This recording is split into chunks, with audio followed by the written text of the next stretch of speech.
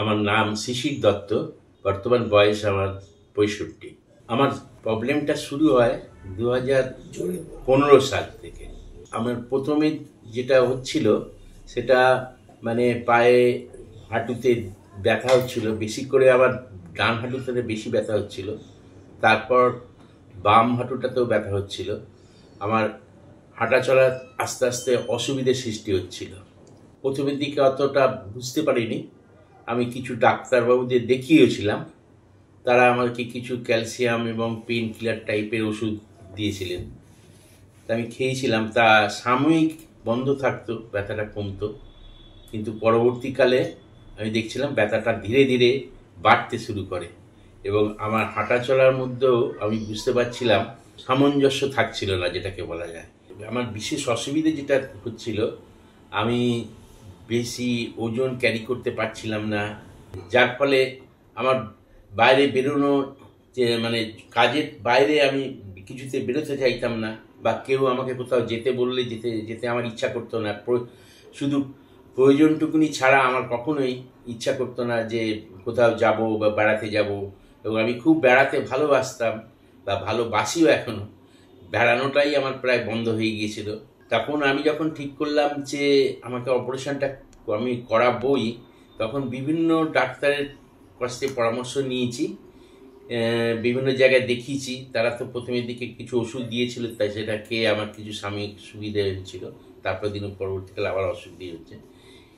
ঠিক এই সময় আমার মিসেসের এক কলিগ, সে এই ডক্টর সন্তোষ কুমার, এনার নামটা বলে, ইনি রোবোটিক সার্জারি করেন, মানে রোবটের মাধ্যমে করেন।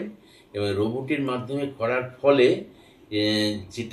আমি যেটা মানে আমার মিসেসের কলিগ যেটা বলেছে, যে আমি যেটা অনুভব করেছি যে খুব তাড়াতাড়ি আমি রিকভার করতে পেরেছি এবং আমি তাড়াতাড়ি কাজেতে জয়েনও করেছি। তখন আমি সিদ্ধান্ত নিলাম আমি অন্য কোনো জায়গা থেকেই করব না, আমি ডক্টর সন্তোষ কুমারের কাছেই করব। সেই মতন আমি বেলভিউতে একটা অ্যাপয়েন্টমেন্ট করে ওনাকে দেখাই। কিন্তু উনি আমাকে দেখেই একটাই কথা বলেছিলেন, যেটা সার্জারি করতেই হবে, আর আমি 100% গ্যারান্টি দিচ্ছি যে আপনি 1 মাসের মধ্যে আপনি আবার স্বাভাবিক অবস্থায় ফিরে আসতে পারবেন। এই কথাটা আমাকে খুব মানে মনের মধ্যে একটা জোর এনে দিয়েছিল। উনি বলেন আগস্টে ফার্স্ট উইকে করা যাবে। আমরা বললাম যে হ্যাঁ, আগস্টে ফার্স্ট উইকে আমরা টাইম পাবো, করতে পারবো বলে আগস্ট মাসে ফার্স্ট উইকে ৩রা আগস্ট আমরা ২০২৩ সালে অপারেশনটা করালাম। আমার অপারেশনের ঠিক 5 দিনের মাথায় আমাকে ওখান থেকে ডিসচার্জ দেন। আর ওখানে ঠিক 3 দিনের মাথায় আমাকে ওখানেই হাঁটানো শুরু করা হয়।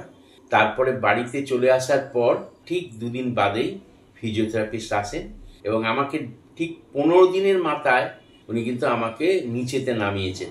ফার্স্ট ফ্লোর থেকে নিচে গ্রাউন্ড ফ্লোরের নিচেতে সিঁড়ি দিয়ে নামিয়েছেন। আমি যে কাজগুলো আগে করতেই পারতাম না, সেই কাজগুলো এখন সবটাই করতে পারছি।